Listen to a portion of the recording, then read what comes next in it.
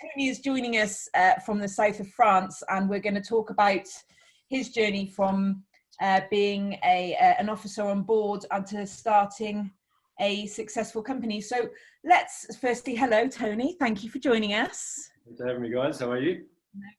Yeah, and we're going to start off at the beginning. We're going to follow a similar format to our conversation with Will earlier. So we hope you had a great childhood. We won't go that far back. Yachting. Tell us, you're from New Zealand, so another similar side of the world. Tell us how you went from life in New Zealand to getting onto yachts and building your career on board. Right, firstly, guys, thank you for having me today and for this opportunity. I do appreciate it. Thank you, Titta and Sarrah. My actually, back in the day, used to work for Google in New Zealand, and I've always been kind of in the IT sector. Graphic design back, growing up. I kind of just fell into yachting. I then moved to Morocco. I lived in London for 3 years working for Yahoo. Moved to Morocco for a year surfing, had enough of computers, never wanted to see them again. Decided to go back to New Zealand, do a Superyacht course, which I think I did the 6-month course where you basically 0 to hero. You do everything from, your STCW all the way up to making beds, flower arrangement. It was kind of the full complete course. From there did the 6-month course and then flew out to OnTeam 2009. I think that was probably about February, March time. So that's how we fell into it. And then fortunately enough, I mean, back in 2009, 2010, I think it was. Obviously, it wasn't so populated with the huge amount of crew that are around today. So I've been out there. So yeah. Can you still hear me? Okay. Yes, yeah, it did break up slightly for a second there, but we're all good. So going from surfing in Morocco to deciding to go home to do a Superyacht course, how were you aware of the Superyacht industry anyway, or was there a fellow surfer there that kind of went, hey, I've got a good gig, let's go and do that? That's quite a crazy jump, No, funnily enough, it actually definitely happened that way. Never heard of Superyacht industry. I had a good friend of mine whose brother was in the industry. I believe he's still in the industry actually, and looked into it, did some research. To be honest, the plan was to just do 1 year, 2 years, get some cash in the bank, go back to New Zealand and buy a house and do that kind of thing. But the trap with yachting, you get trapped, and 10 years later I'm still here. Well, longer than that actually, but yeah. So yeah, it was kind of just I fell into it. Somebody knows somebody, and I mean, in New Zealand, super yachting at that time definitely wasn't something to be talked about. Obviously, that's growing now, but yeah. So awesome. So you went to OnTeam, and was that something that the course suggested you did, or just research? Did you kind of join groups online, or how did you know to go to OnTeam? Yeah, I think the course we went to was it was quite a well-established course in New Zealand. So they kind of give you a background of what you should do, where you should go. I think the 2 options they said were either OnTeam for the super yachting, or move to Palma and look for a job, where it's predominantly, they said at the time, sailing. So OnTeam obviously being the biggest hub in the world. It was a no-brainer really, and it was a good time of the year, February, March, I think it was, and like I said, fortunate enough to get a job within a couple of weeks. So awesome. So how did you get the first job? Were you dock walking? Did you go with a recruitment agency, or how did you find that first position? I think it was networking actually. I think I was at the Blue Lady, and I met my soon-to-be chef. Obviously they say that networking is the key, to getting jobs these days, provided you do it respectfully, they say. So I met my chef. We'd obviously had a big night. I didn't know that I was going to be interviewed the next day. And then 2 days later, the captain called me and got a job. So the first vessel I worked on was actually based in OnTeam. It was a 28-meter Princess, and lovely Russian owner. Started as a deckhand, and yeah, I was on board for 4 years and on team. So. Look at that. So 4 years in OnTeam. Let's go through a bit more of your yachting career before we start talking about you leaving. So take us through that. You moved on to another boat after that? Where did you, interestingly, why did you change yachts? And then tell us more about the next yacht. I won't go into detail as to why I changed. Long story short, just you know how it is, the relationships on board get very, very tight. You know, you're with these people 24/7, and yeah, the captain and I at the time just didn't see eye to eye. But it was a great boat. It gave me a lot of experience. So there was a 28-meter. There's 3 crew, dominantly, you know, the French Riviera or the Italian Riviera.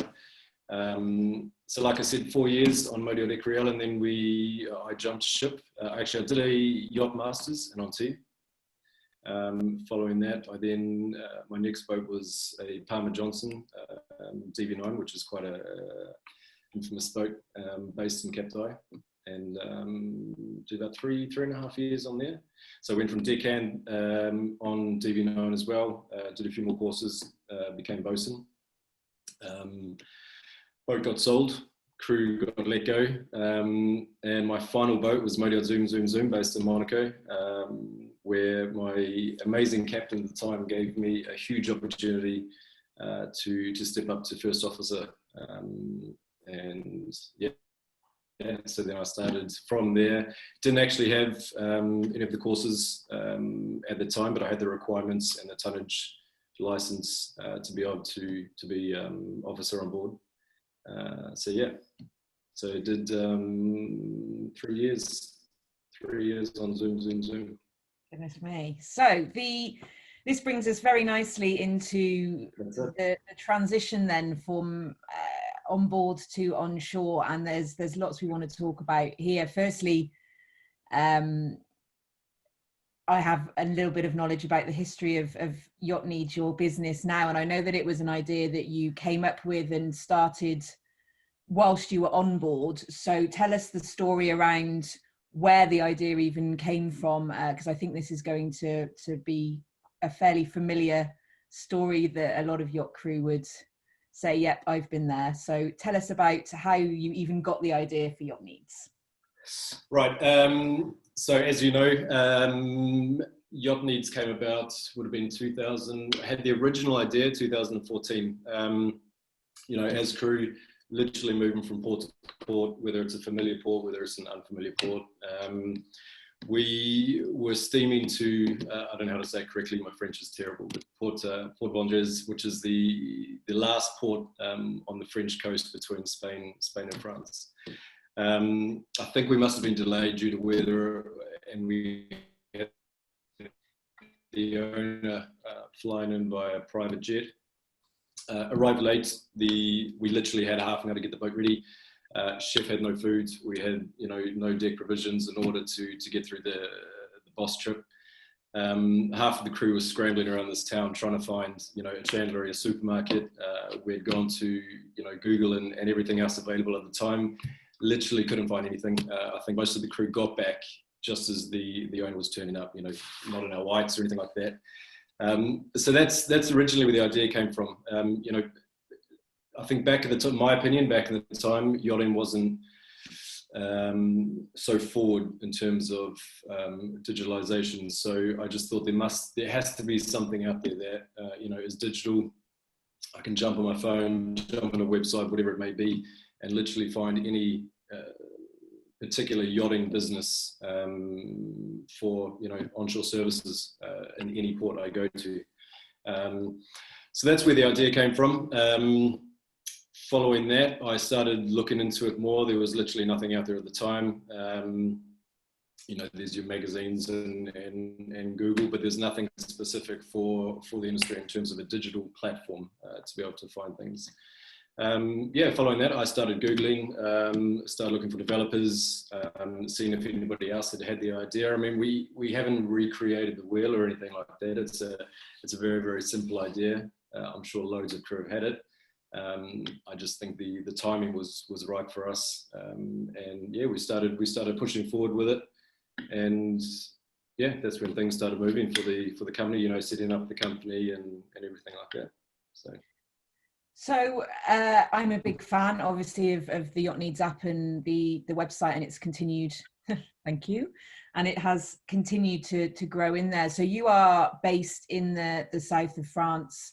And one of the questions we've been asked by the yacht crew is, you know, is there a good place to set up a business? Do I need to think about the location that I come ashore? Because, you know, as we've just discussed, when you're looking for a job as crew, there are key yachting locations that you've just got to step up, or a better chance if you're in those locations. Did you choose where you are in the south of France to be based? Is it just where you happen to come ashore, or was there sort of thought behind that decision to be where you're being from the business point of view?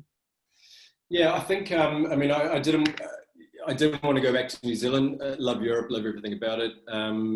You know, I could have run the business from New Zealand and done everything, I think, a lot more easier in terms of processes and, you know, the bureaucracy here in France and Monaco, and especially the language. Like, I definitely didn't make things easy. I don't speak French. I'm currently learning.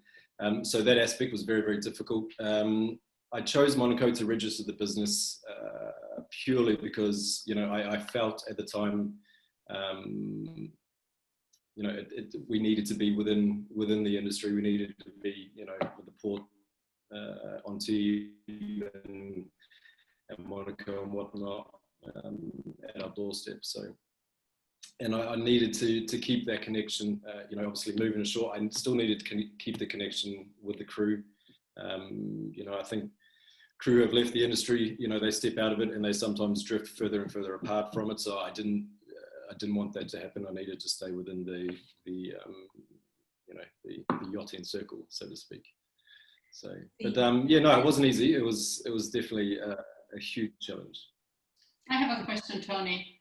How much has the idea of YACHTNEEDS actually developed and changed from what it was originally and what it is now?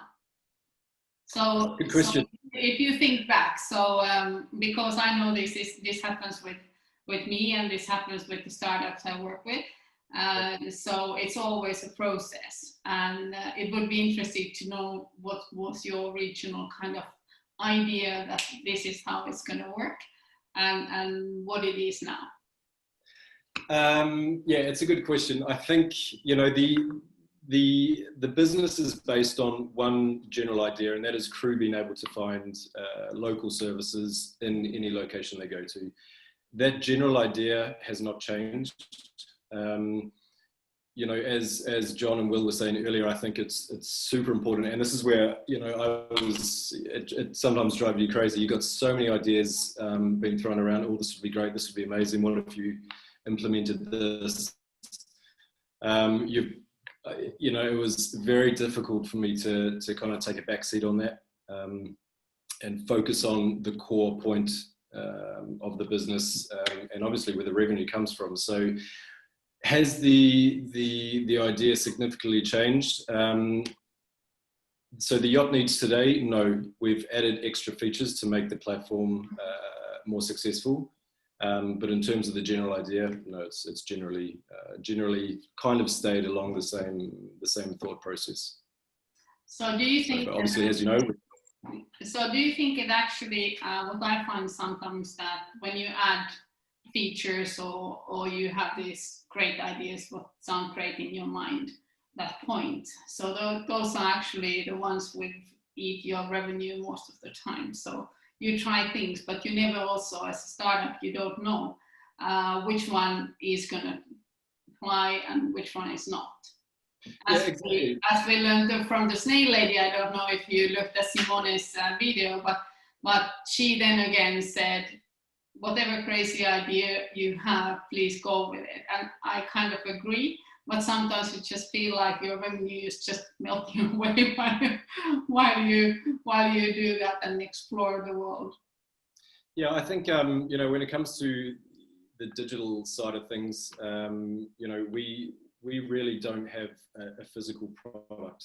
So anything we did, we really had to test it. Okay, yes, we made mistakes and we developed something that we didn't test and it wasn't user friendly, or it didn't work, or just people didn't take hold of it. So yeah, there's definitely aspects of yes, do something crazy, why not? But I think you've also got to do it within reason, and obviously money is one of the biggest reasons.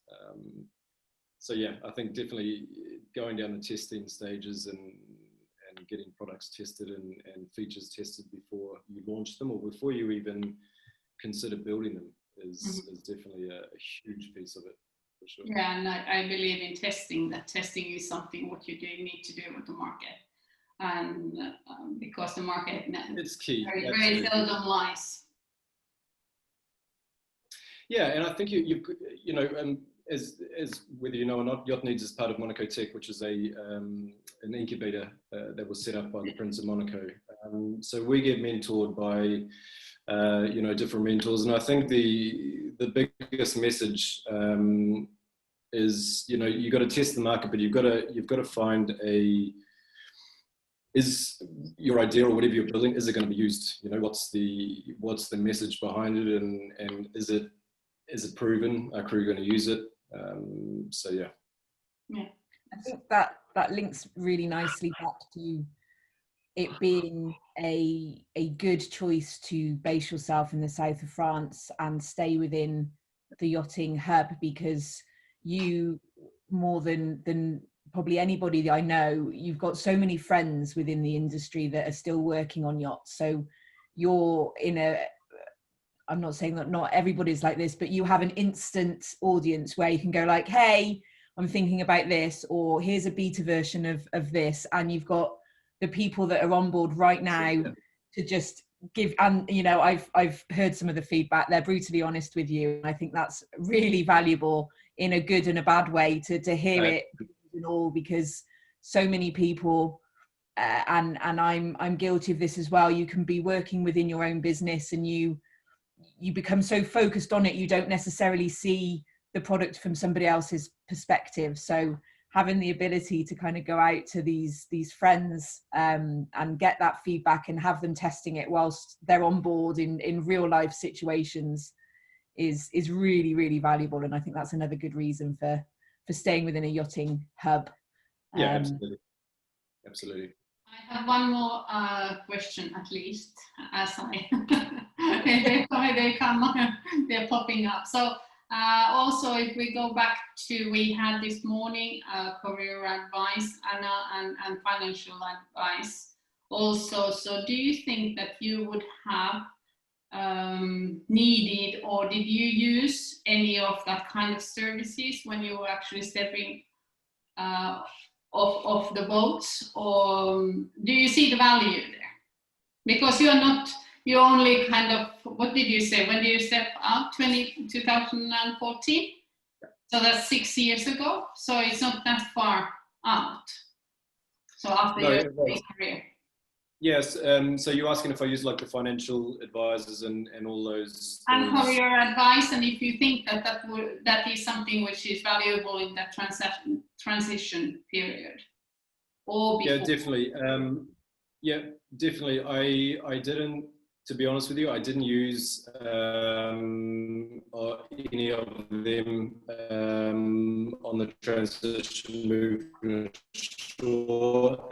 If I had known of more or of any at the time, I definitely would have used them, especially because the language wasn't, you lose track of what's actually going on in the real world. So definitely if those services were available, which I'm sure they would have been, I was fortunate to get a investor on board at a very early stage before I even launched the business, and who's still my business partner today and speaks fluent French and Italian, whatever else. So I was fortunate enough to have, you know, the support at a very early stage as well. But if it was me going at it alone, you know, without the investment side of things, then definitely it would be a key aspect to the whole process. I think at least if you are planning to start your business, so for the saving of the money and how to invest that and not, I also read an article today about lots of financial advisors which are scams, completely selling products which are not good for the crew, not good for anybody. So also to do a bit of study of that, and we have, of course, because of the platform we have opened now. So that's also kind of a bit of a scary place to go, and you also need to have the good advice there, who to trust and who not to trust. As I think the whole industry is, sometimes you get related with wrong people, and that's why we also try to support the crew not to get in kind of a wrong group. Yeah, I agree. I think it's vital to. I mean, our first developers we used were absolute cowboys. We got absolutely ripped off, nearly to the point of where we had to just shut everything down and completely start again. So I think to have that support and that advice network there in place is absolute key. Sure.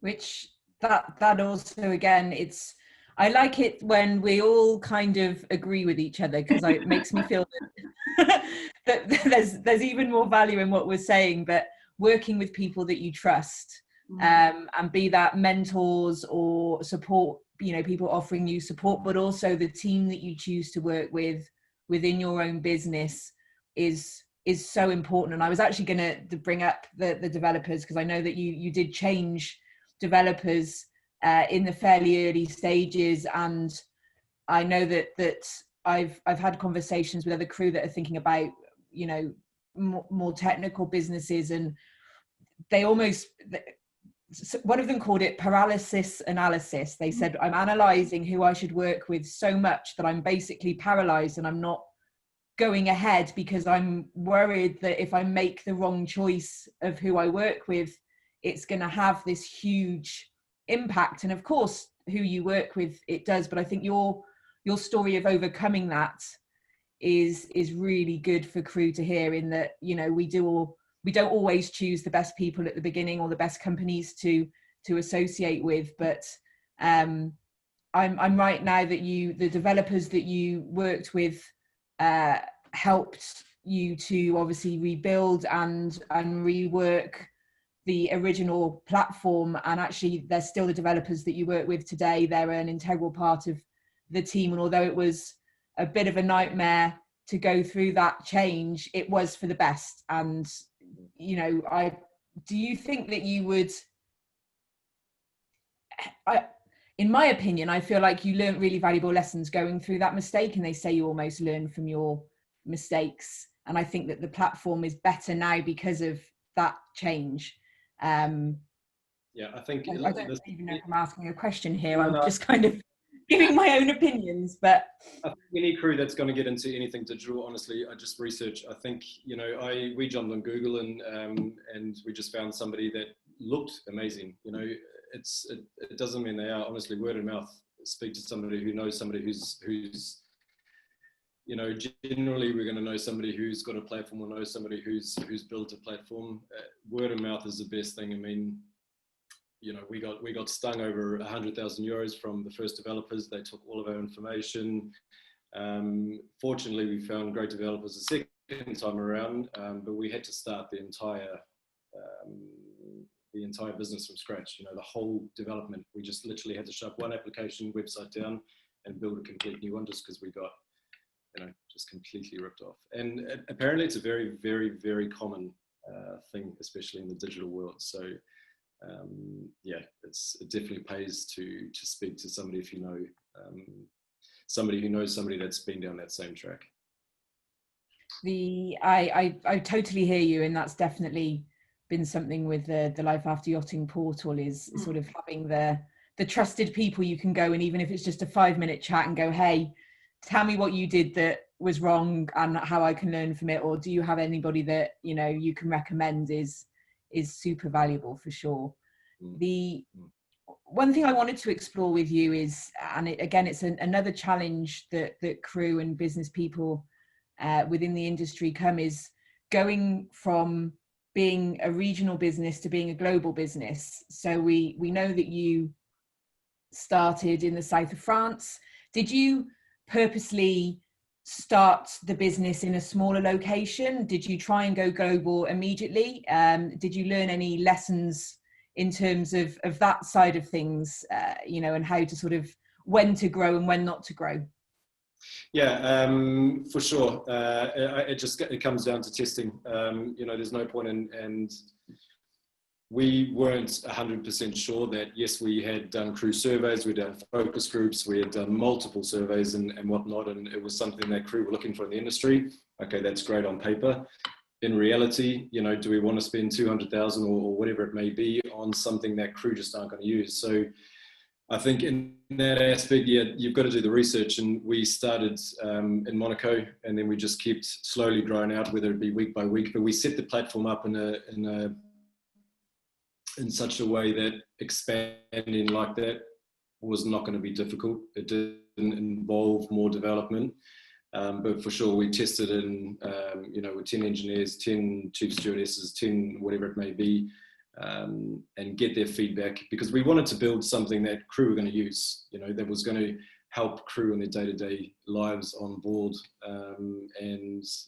You know, it also came from my experience on board for the 9 years, but I think, you know, it's vital to start small and then prove that business model is actually going to work, and then go from there. Totally. And it's one of the things I find really interesting when you and I have spoken in the past is, and I think this is a testament to a good product that you've produced, but also the digital age that we're in. But while you were still focusing more in the European market, you noticed that you were getting a great upsurge in American users of the platform without actually specifically targeting the Americas straight away. And I'd be really interested in your thoughts around, you sort of became successful in America before you'd actually tried to be successful in America. Do you think that's a difference in American crew versus European crew and the usage of digital, or do you think that's word of mouth and the fact that we're transient, or do you think it's a combination of probably all of that? Probably a combination of both. I mean, if you look at you know, Europe, or the Med here specifically, and I don't know, so the Caribbean, for example, you know, everything's really accessible here within Europe. Whereas you go to the Caribbean and things are a lot more harder to find. So more crew are in unfamiliar locations. I think that was one aspect to it. I also think you know, whether they're American crew that are based there full time, you know, it could have been crew that have taken, you know, their phones and everything with them, done a crossing and then ended up in the US using the platform. But in general, I have noticed that the Americans are more tech forward than the Europeans, so they understand it and its purpose, and you know, just its general usage of technology more so than the European side of things, in my opinion. I think I agree with you. I've noticed there's and it's another, our industry is a weird and wonderful place, and we are so advanced in certain aspects and then almost 10 years behind the world in other aspects. And it's crazy, you know, the yachts have got some of the most advanced technology in the world, you know, be it their AV systems or the technology behind the bridge and the tracking and everything else. And then, like you said, the getting a captain to use a laptop was a mean feat for many years. And, you know, you're thinking, well, hang on a minute, you're managing this huge, you know, piece of technology that floats on the water and doing a great job at that. But, you know, you don't want to answer an email. You've got to, you know his phone number and be able to call him. So there's this really weird mix of new and old, but I have noticed within America they definitely seem to be more open to new technology out there. 100%. So, yeah, and you know, I've also done surveys, and it comes back to, you know, they were earlier adopters of social media, for example. That was more popular over in America first, but I do definitely agree that there are more unfamiliar waters, I suppose, for crew out there as well, aren't they, in the Caribbean? And it's often platforms like you have got come into their own, even more so when you're in unfamiliar waters. So yes, it was maybe a happy coincidence, and then obviously some good old hard work for you guys then. I think it's also understanding the market that you're gonna launch in as well. You know, like I said, European is completely different from the US market. So, but it's doing the research and understanding both sides of it. You know, something that works here may not work in the US or vice versa. So, it's definitely understanding both sides. May I ask, what are the biggest differences if you think about like how your app is set up in US and over here? Is it what people use, or how they search, or is it the mindset? Or? I think it's a bit of everything. I think the search criteria we were getting back of what people here in the Mediterranean were putting into the website or the application was a lot different to what people were searching for in the USA, Caribbean, even down in New Zealand or the Pacific or wherever maybe. They all had their different aspects of, you know, what they were looking for or how were they searching. You know, you can go into Google and you can type a super long phrase, whatever it may be. People were starting to do that inside the application and on the website as well. So yeah, there's definitely different aspects to each region, so to speak. Is that your biggest challenges, do you think? Or has it been? Biggest challenges in general, kind of the workflow of the app. So how it is. Yeah, I think so. It's like I said, understanding the markets and making sure you've got something within the platform that can suit everybody. You know, I didn't see the point in just doing something for maybe the deck crew, for example. I think it's trying to find that even balance between you know, what works for interior, what works for deck, what works for engineering, and so forth.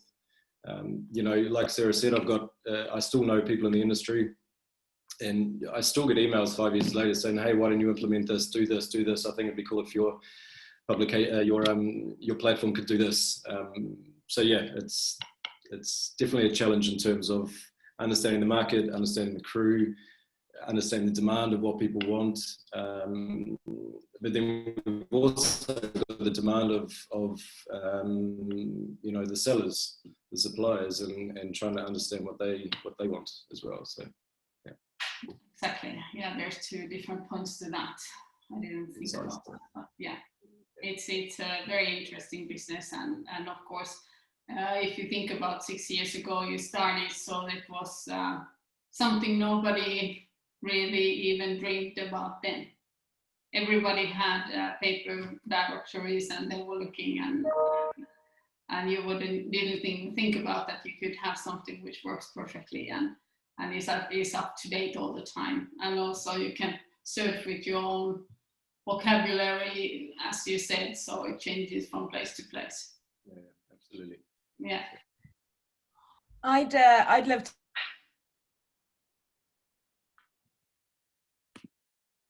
through the varying support that we've been giving to other crew entrepreneurs. Do you have any advice on how you marketed the business? So, you know, there's talk on events and boat shows and the value of having your face-to-face interactions, and also social media, websites. You know, what would you say were your successful marketing endeavors and things that you would continue with? Well, as you know, I think just trying to be in every place all the time, you know, constantly having your logo seen everywhere was kind of the point to everything. You know, having more and more people speak about it, but as you know, we invested quite a lot into things like the Monaco Yacht Show, because the company was registered in Monaco, so we thought, you know, we're the biggest yacht show in the world, we need to have a stand, so we'd have crew events. But I think the biggest thing for us was making sure that we have the direct connection with crew, and making sure we had that crew engagement. Obviously, we're a crew platform, so we needed that engagement. Otherwise, you know, what's the point? So, yeah, in terms of marketing, it's constantly just putting your brand in front of all the crew as often as you can. Obviously, not too much, but I think there's a very fine line between too much and too little. But just being seen constantly, you know. That's why when we launched the company, we didn't want to go for, you know, your standard colors. As you know, our logo is black and orange, which is not nautical colors at all. So, you know, in a sea of blues and greens and whatnot, you know, there's the black and orange logo that jumps out. So that was, yeah. So I think just getting your logo and your branding seen as much as possible and being spoken about, sure.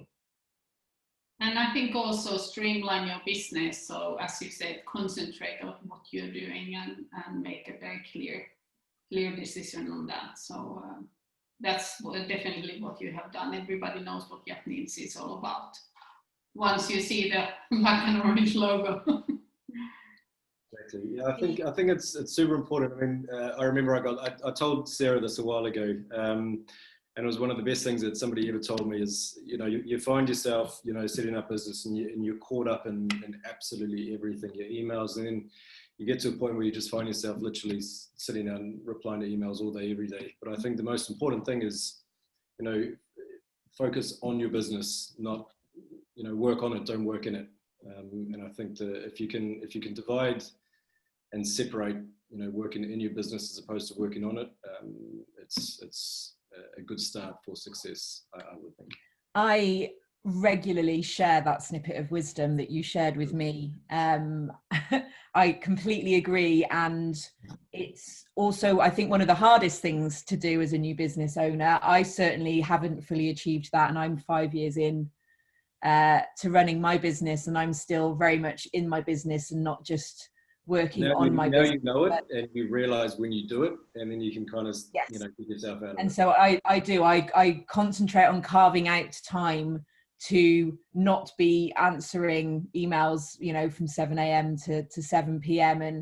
And it can be hard, but having, even if it's just an afternoon to begin with once a week, or even an hour once a week, to sort of take that step back and look and develop and you know, again, maybe talk to some people outside of the business that can give you an outsider's perspective is really, really valuable. I think that it's so many businesses fail because the owner can't delegate and you know, can't or won't delegate because it's their baby, and that's always going to stop you from growing. So having that ability to work on your business from as early on as you can and to start to share tasks out, I think is a very important lesson to learn, for sure. Absolutely. I mean, especially if it's a startup or it's a business that you started, you know, I think generally speaking, you are the number one person that should be growing your business. And, you know, yes, you can delegate and get other people to help you grow, but ultimately it's you that's going to be growing it. You started it, you know, so I think it's one of the best pieces of info somebody's ever told me.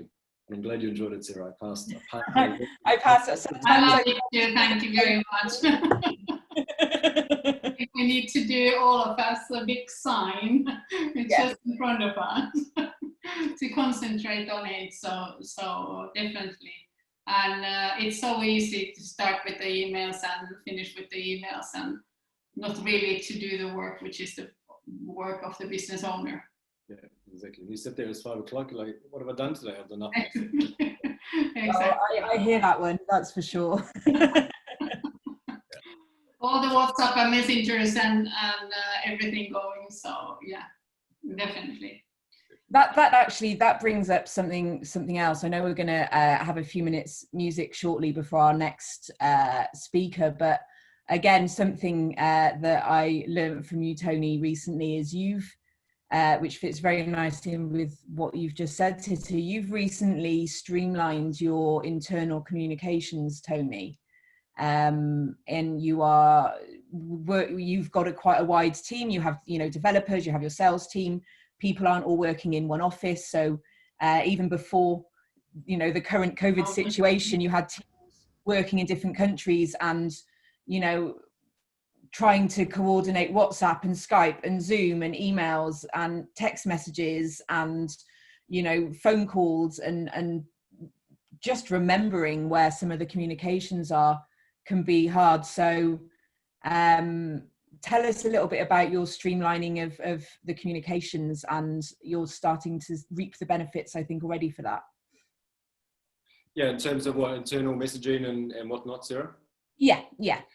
So, I mean, as you know, we've been using Zoom, which is fantastic, but, I'm still using processes, unfortunately. I'm embarrassed to say, but I'm still using processes and Excel documents that I set up, 5.5 years ago.